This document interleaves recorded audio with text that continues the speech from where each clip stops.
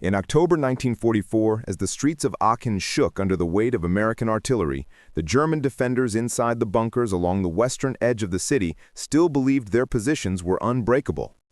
They had survived high explosive shells, tank fire, and days of close-quarter combat inside shattered buildings. Their pillboxes were built of reinforced concrete 2 to 3 layers thick, designed to resist everything short of a direct hit from heavy siege guns. To the officers of the 246th Volksgrenadier Division, these fortifications were the last real shield before the Allies crossed deeper into the German heartland. But on the fog-filled mornings of the battle, a new kind of round began falling among the rubble and trenches. At first, the Germans thought they were smoke rounds, fired to blind machine gun nests before infantry advanced. White clouds blossomed across intersections, floated down alleys, and slipped between the ruined walls. Yet within seconds, something felt wrong. The smoke did not drift like ordinary smoke. It fell, it clung, and then it ignited with a violent orange-white glare that turned the air itself into a burning haze. The first teams to experience it were the crews inside a pair of MG-42 positions near the city's western railway line. Their bunker had a narrow firing slit, no wider than a few centimeters, and the men inside believed nothing could penetrate it. But when a shell burst outside the front wall, a spray of burning fragments slid through the opening and landed on sandbags and the wooden ammunition crates stored beneath the gun. What followed stunned even veteran soldiers. The fragments did not go out. They burned hotter. They crawled across the fabric of the gunner's parka, melting holes through wool and cotton. One soldier tried beating out the sparks with his glove, only to find the glove catching fire. Another poured his canteen over the glowing spots, only to watch the flames flare brighter when water touched them. Panic spread through the bunker as smoke filled the enclosed space, making every breath feel like inhaling dust mixed with fire. Outside, American infantry were advancing using white phosphorus grenades and mortar shells to dislodge defenders from fortified corners. To them, these rounds were a tool meant to blind and break resistance in narrow urban terrain. But to the Germans inside those bunkers, it felt like facing a weapon that ignored every rule of fortification design. One squad leader later wrote in his report that the smoke was alive, burning through cloth, wood, and rubber as though it hunted for air. By midday, several bunkers around the Aachen outskirts had been abandoned, not because their walls had failed, but because the air inside had become impossible to survive. In one case, at the Lousberg slope, a group of German sappers attempting to reinforce a damaged machine gun nest found the interior glowing with tiny fires, despite there being no structural breach. The WP have entered through a ventilation pipe no wider than a thumb. When they tried sealing it with rags, the rags ignited instantly, filling the chamber with more choking fumes. Descriptions from field notes revealed genuine confusion.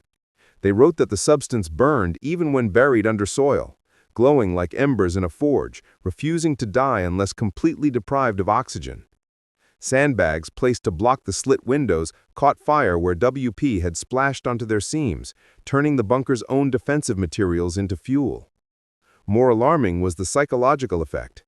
Hardened veterans who had served on the Eastern Front found themselves fleeing rooms that were structurally intact because the heat, light, and choking vapors overwhelmed their nerves in seconds. The fear traveled through the ranks faster than the flames. Many believed the Americans had introduced a chemical agent, though technically WP was not classified as one. But classification meant nothing to the men in the smoke. They only knew that their bunkers, the same bunkers designed to hold off the strongest artillery, had become traps when this new burning smoke seeped inside. Later that evening, as surviving defenders regrouped near the church district, they delivered their first formal reports upward through the chain of command.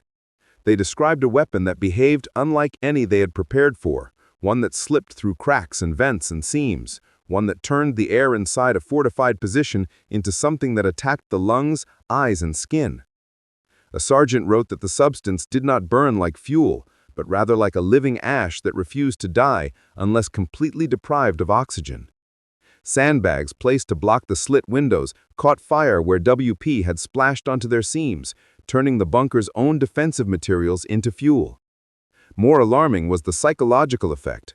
Hardened veterans who had served on the Eastern Front found themselves fleeing rooms that were structurally intact because the heat, light, and choking vapors overwhelmed their nerves in seconds. The fear traveled through the ranks faster than the flames. Many believed the Americans had introduced a chemical agent, though technically WP was not classified as one. But classification meant nothing to the men in the smoke. They only knew that their bunkers, the same bunkers designed to hold off the strongest artillery, had become traps when this new burning smoke seeped inside. By the autumn of 1944, the ancient ring of forts surrounding the French city of Metz stood as one of the toughest defensive networks remaining in German hands. Built during the age of the Kaiser and strengthened again by the Wehrmacht, the forts were an interconnected system of tunnels, armored observation posts, and reinforced bunkers buried beneath layers of earth and concrete. German commanders believed that Metz was different from Aachen. These positions were not urban shelters hastily reinforced with sandbags. These were cold stone fortresses designed to withstand siege guns and poison gas during the First World War. If any place on the Western Front could stand firm, it was Metz. But when American forces began their push in November, something unexpected unfolded. The first white phosphorus strikes fell along the slopes leading to Fort Jeanne d'Arc, Fort Driant, and the smaller pillboxes scattered between them. At first, the German defenders assumed the glowing bursts were simply smoke intended to cover American assault teams. Within minutes, they realized this was something far more dangerous. WP shells burst high above the trenches, scattering streaks of burning material that stuck to the rooftops of bunkers and the soil around the firing pits. Normally, fire on the surface meant little to the men inside the thick concrete walls, but the defenders soon discovered a flaw in the old Imperial-era designs. Rain channels, vents, and communication shafts, all crafted to help the forts breathe, became pathways for the burning smoke to seep downward.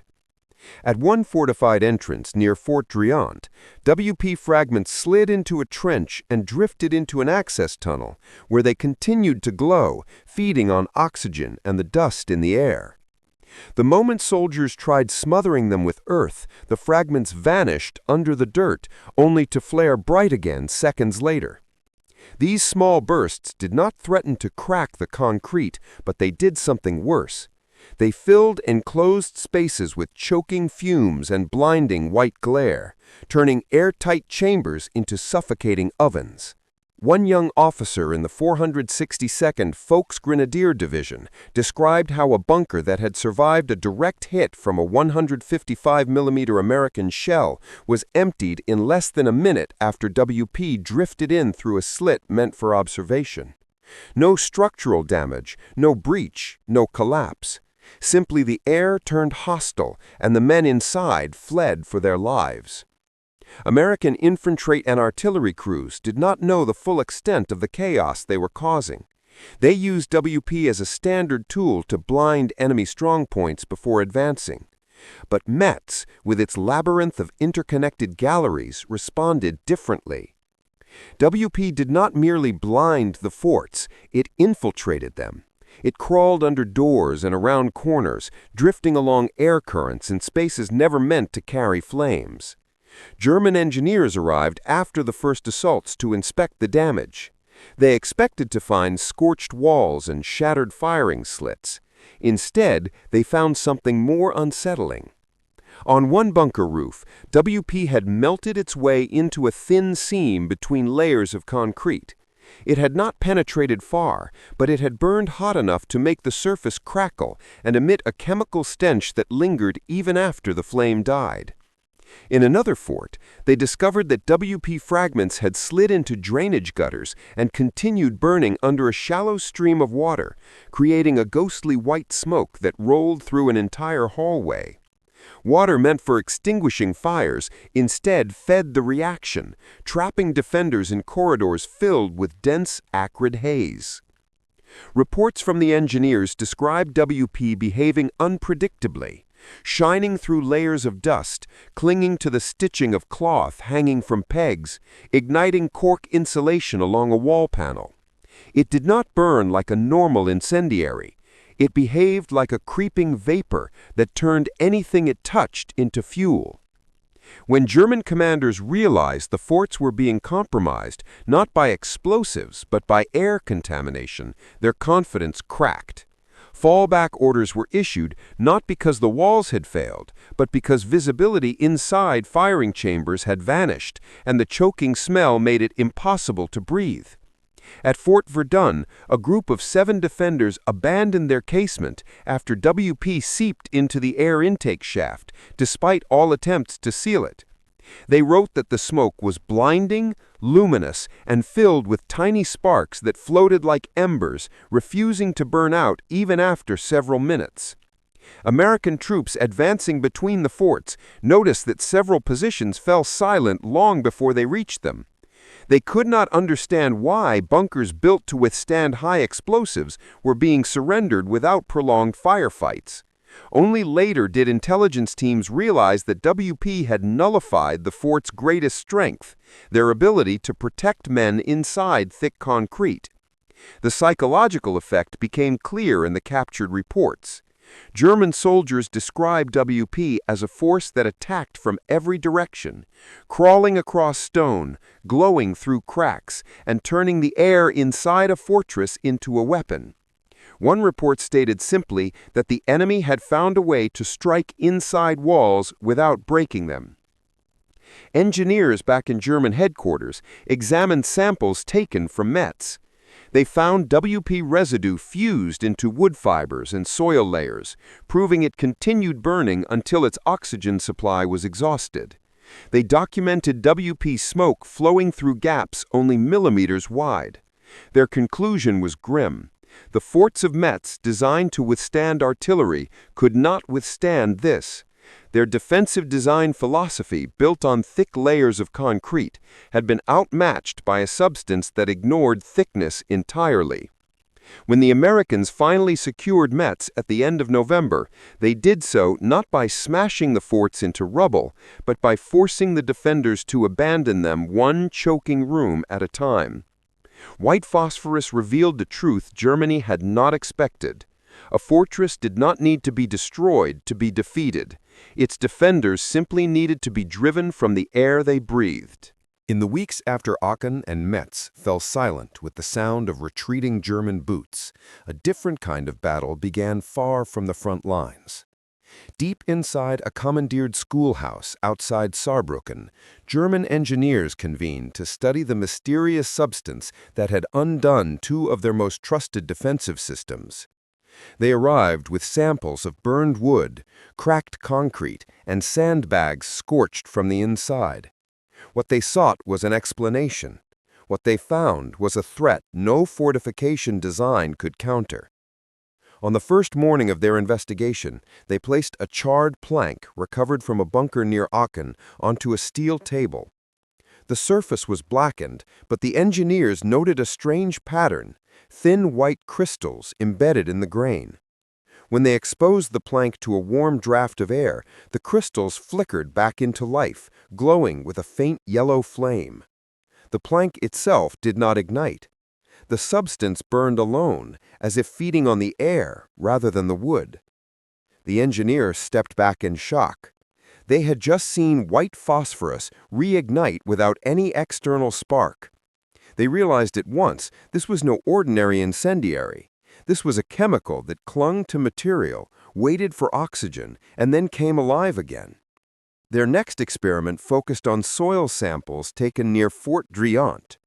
They poured the earth into a shallow tray and noted the presence of small hardened lumps, the remnants of WP fragments. When they stirred the soil, a thin trail of smoke rose from within. The lumps glowed faintly, buried under the dirt. WP burned even when smothered. It burned until starved completely of oxygen. And when air returned, the fire returned with it. The engineers recorded these findings with growing discomfort. Thick layers of soil were supposed to suffocate any flame, yet WP ignored this principle entirely. Then they turned to the most important test of all, airflow. They cut a narrow slit 2 centimeters wide, into a wooden box meant to replicate the narrow openings of German pillboxes. They placed a small WP-coated fragment outside the slit and watched as smoke drifted inward. Within moments, glowing particles followed the smoke, slipping through the tiny opening and landing on the fabric lining inside the box. The cloth caught immediately, not with a roaring blaze, but with a creeping white glow that intensified as more air entered. The engineers stared in silence. Their forts had dozens of vents, each larger than the slit they had just tested. That meant every bunker, every casemate, every firing chamber built by the Wehrmacht was vulnerable. The next series of tests focused on materials used in field fortifications. They pressed WP fragments against sandbags, noting how the flame burrowed into the seams where cotton stitching met tightly packed earth. The bags began smoldering from within, proving that the very materials designed to stop bullets and shrapnel became fuel when touched by WP. Rubber gas mask filters ignited instantly. Leather gloves smoked and curled. Even damp wood burned sluggishly under WP heat. The engineers realized that the Americans had found a weapon that turned the most common defensive materials into liabilities. The more samples the engineers tested, the clearer the danger became. WP did not behave like a normal fire. It crawled. It spread in thin, glowing films across surfaces. When a piece fell, extinguished, it was only resting. The moment oxygen flowed, it awakened again. The engineers documented every reaction meticulously, but their notes began to read less like scientific observation and more like reports of a threat they could not contain. Several officers from the West Wall Inspection Corps arrived to observe the tests. They asked the engineers whether the forts could be sealed fully against WP. The answer was immediate and bleak: no. Airflow was essential in any sealed position.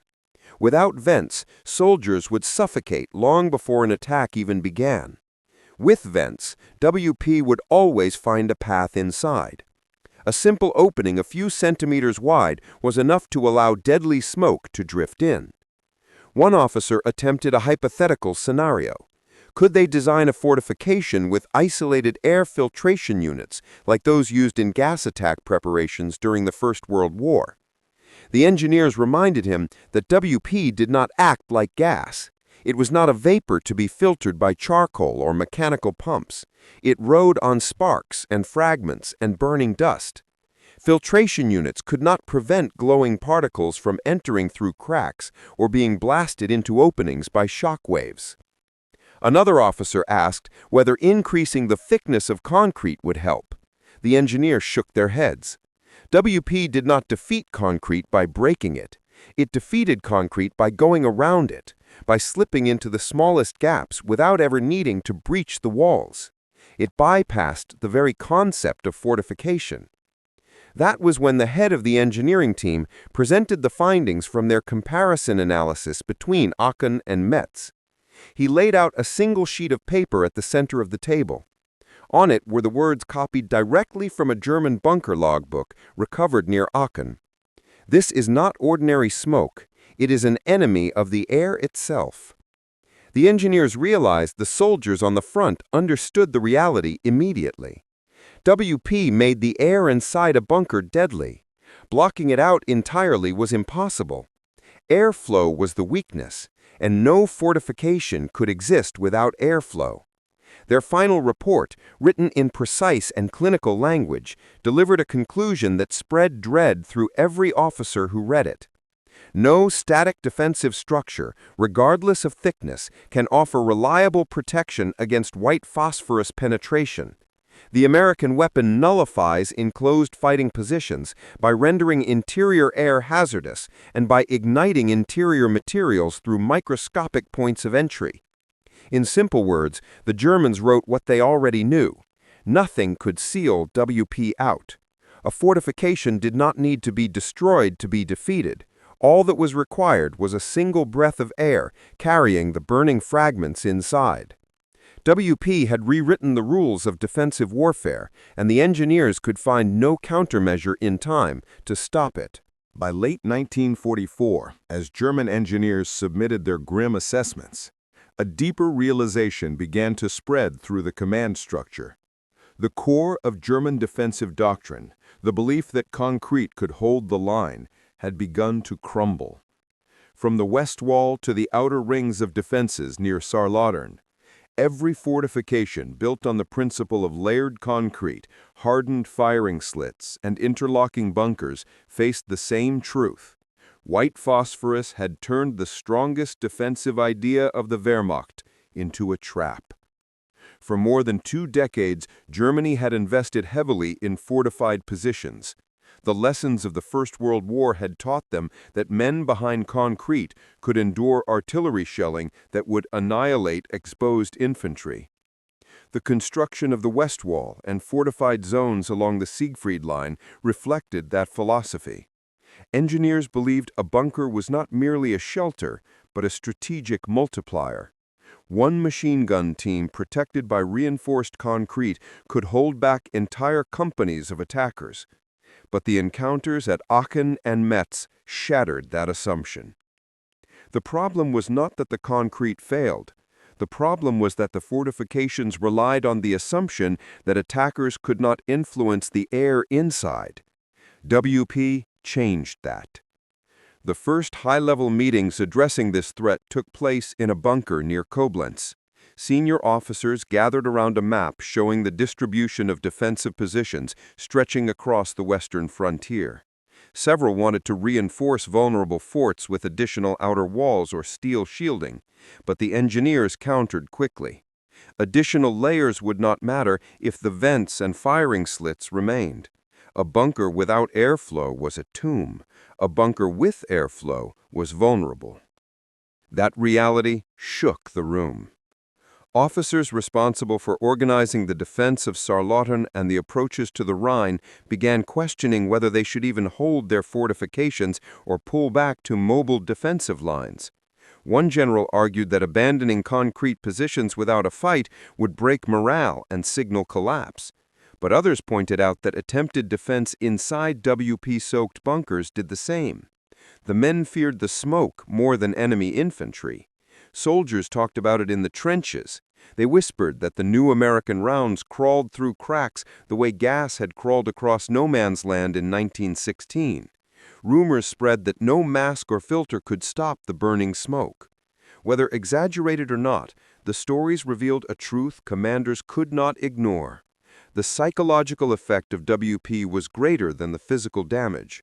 Reports from the 462nd Volksgrenadier Division described machine gun teams abandoning bunkers that were structurally intact simply because WP fumes had begun drifting inside. Some ran out blinded and gasping, only to be cut down by advancing American troops. Others refused orders to return to their stations, claiming they would rather face small arms fire than choke in a burning chamber. For decades, German defensive doctrine insisted that infantry must fight from hardened positions to conserve manpower and maximize firepower. But WP had reversed the logic. The safest place for an American soldier was outside a German bunker. The most dangerous place for a German soldier was inside it. German engineers attempted to propose solutions. One idea was building a new type of bunker, modeled after submarine compartments, using airtight steel doors and internal ventilation systems. But such a design would take months to construct and required steel the Reich no longer possessed in sufficient supply. Another suggestion involved using water-filled troughs inside bunkers to create humidity that would prevent WP from igniting. Tests proved this ineffective. WP burned underwater, and the added moisture made the fumes thicker. A more desperate idea was to pack inner walls with layers of asbestos to resist heat. But WP did not rely on heat alone, and asbestos could not prevent smoke from entering. Additionally, material shortages made such proposals unrealistic. Field commanders requested portable filtration units based on gas masks to protect crews inside bunkers. But engineers warned that filtration systems could not stop glowing particles and would fail as soon as vents filled with burning residue. Even if filters worked for a few minutes, the smoke would eventually overwhelm the sealed space, making it impossible to remain inside. Meanwhile, American forces continued to use WP in combined arms tactics. A common maneuver observed by German intelligence followed a simple pattern. American mortars fired WP rounds to blind a bunker. The smoke forced defenders to close their firing slits or abandon their guns. Once the position went silent, American infantry moved in, often supported by bazooka teams or flamethrowers. By the time the next wave of WP landed, the defenders had already withdrawn or been forced out into the open, where machine gun fire or artillery completed the attack. The sequence repeated from Aachen to Metz to the outskirts of Saarbrücken. The Germans found themselves unable to adapt. The entire philosophy behind a pillbox assumed the interior was a place of safety, where men could survive the worst bombardment. White phosphorus turned that assumption inside out. The more they relied on bunkers, the more vulnerable their troops became. This shift triggered heated debate within German high command. Some officers argued that fortifications should still be used to slow the Americans, but only as temporary positions. Others claimed they should be abandoned entirely to avoid unnecessary losses. But logistics left them no choice. Retreating meant surrendering prepared positions and facing the enemy in open terrain with fewer resources. Holding meant trapping soldiers in structures that could not defend them from WP. At one meeting, a frustrated colonel asked if any bunker anywhere on the Western Front could resist WP attacks long enough to maintain a stable defensive line. The engineers answered with a single word: no. That word carried the weight of a collapsing doctrine. Without reliable fortifications, the Germans had to turn to mobile defense. But by late 1944, they lacked the manpower, fuel, and artillery to execute it effectively. Their defensive strength had always depended on buying time behind concrete. Now, concrete no longer bought time, it cost it. By the winter of 1944, the German army had learned the physical properties of white phosphorus, its ability to burn wherever oxygen reached it, its persistence in soil, its tendency to reignite, and its uncanny way of slipping through gaps no wider than a finger. But the numbers and diagrams inside engineering reports did not convey the full truth. What broke the German defensive system was not only the chemical nature of WP, it was the fear, a silent fear that moved faster than any American infantry company and spread farther than any artillery barrage. The men on the front felt it first, long before the scientists confirmed it. Word traveled from Aachen to Metz and echoed through the West Wall. Stories whispered in trenches became the unofficial doctrine of the German soldier. They said the new rounds burned through clothing like acid. They said the smoke was alive, searching for any place to cling. They said the Americans used it not to kill, but to flush men from their shelters, like smoke driving rats from a tunnel. Even officers who tried to correct exaggerations found themselves unable to counter what their men had seen with their own eyes. The fear took root because the weapon did not behave like anything they had trained against. High explosive shells announced themselves with thunder. Napalm roared. Flamethrowers gave off the scream of pressurized fuel. But WP approached quietly. The first sign was a burst of bright light. Then glowing fragments drifting like sparks from a bonfire, landing on helmets, sandbags, and sleeves. And then the air turned to poison. At Fort Jeanne-d'Arc, a German machine gunner recalled the moment his bunker filled with the pale smoke. He said it came in thin threads at first, like morning fog. Then there was a glow inside the room, even though no lamp was lit. When he lifted his sleeve, he saw tiny stars clinging to the fabric, burning without flame. He tried wiping them off, but the heat bit into his hand. He said the worst part was the smell, something sharp and chemical that clawed at the throat. Within seconds, the men inside the bunker stumbled out, choking, tears streaming from their eyes, only to be met by American rifle fire waiting beyond the doorway. Scenes like this repeated across every fortified line the Germans tried to hold. WP turned defensive positions into traps. Worse, it made every man inside a bunker question the safety of the very structures meant to protect him. German psychologists working with frontline units reported a rise in panic reactions among troops assigned to bunker duty. Men volunteered to serve in open trench lines rather than sealed chambers. Some refused to re-enter positions that had been hit even once by WP, claiming they would rather face artillery shrapnel in the open than choke in the darkness of a sealed pillbox. Commanders attempted to enforce discipline, but fear could not be punished out of existence. At Sauerlaudern, a lieutenant recorded that his men begged him not to assign them to a casemate recently hit by WP mortar rounds. He entered himself to prove it was safe, but within minutes the lingering residue burned his eyes and throat. He retreated, gasping, and said nothing more about duty assignments. WP had done something artillery and tanks never could. It broke the psychological bond between German soldiers and their fortifications. For decades, German training had emphasized that to survive battle, one must trust the bunker. A bunker could stop bullets, shells, and fire. It was a fortress, a refuge. But now soldiers saw it differently.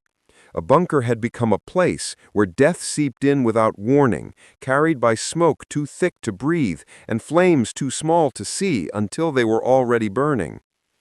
American commanders rarely spoke publicly about WP. It was known among infantry as a tool for screening movement, marking targets, and forcing defenders out of strongpoints, but it was not celebrated. It did not appear in propaganda posters or Boer bond advertisements. It was a quiet weapon, used without fanfare. Yet on the German side, it took on an almost mythical quality. Captured soldiers told interrogators that WP was more feared than the flamethrower. One prisoner near the Saar confessed that every time American mortar fire began, he prayed not for survival, but simply that the shells were high explosive rather than the white ones. German officers read the engineering reports and understood the enemy had found a formula that no thickness of concrete could resist. They realized WP changed the rules of defensive warfare. It made the interior of a bunker more dangerous than the exterior. It neutralized machine gun nests without direct assault. It forced retreat even when the position was intact. No wonder morale fractured. By early 1945, as the Americans pushed toward the Rhine, German fortifications fell in rapid succession. Many were abandoned, with ammunition still stacked neatly inside. Others were taken without a shot fired because the defenders had fled the moment WP smoke touched their air vents. Some bunkers did attempt to resist. Soldiers used wet blankets to seal cracks. They packed earth against firing slits. They tried to create airtight chambers, but WP did not need wide openings. A hairline gap was enough. Smoke would seep in, glowing particles drifting behind it. The defenders knew the moment they saw the first faint spark on a sandbag that their time was running out. One German captain later wrote that WP turned every enclosed space into a clock, counting down to suffocation. The Americans never intended WP to become a psychological terror weapon. It was simply one tool among many in their arsenal. But on the German side, its effect went far beyond physical injury. It undermined confidence. It stripped away the sense of safety that defensive warfare depended on. When the German High Command reviewed the final engineering summaries, they found no solutions, only warnings. The forts could not be sealed, the bunkers could not be defended, the vents could not be redesigned, the materials could not resist the chemical reaction, and the soldiers could not overcome the fear. WP had revealed a truth that no report needed to underline. Germany's fortifications were relics of an older war, one fought with shells that shattered walls and gas that could be blocked by masks. But this was a new war, one where flame did not need to roar to kill, and smoke did not need toxins to terrify. As the Americans advanced deeper into Germany, the last fortified lines crumbled, not because they were outgunned, but because a weapon the Americans barely advertised had eroded the defenders' will to stay inside them. White phosphorus did not break Germany's walls, it broke Germany's faith in its walls. And once that faith was gone, no amount of concrete could save them.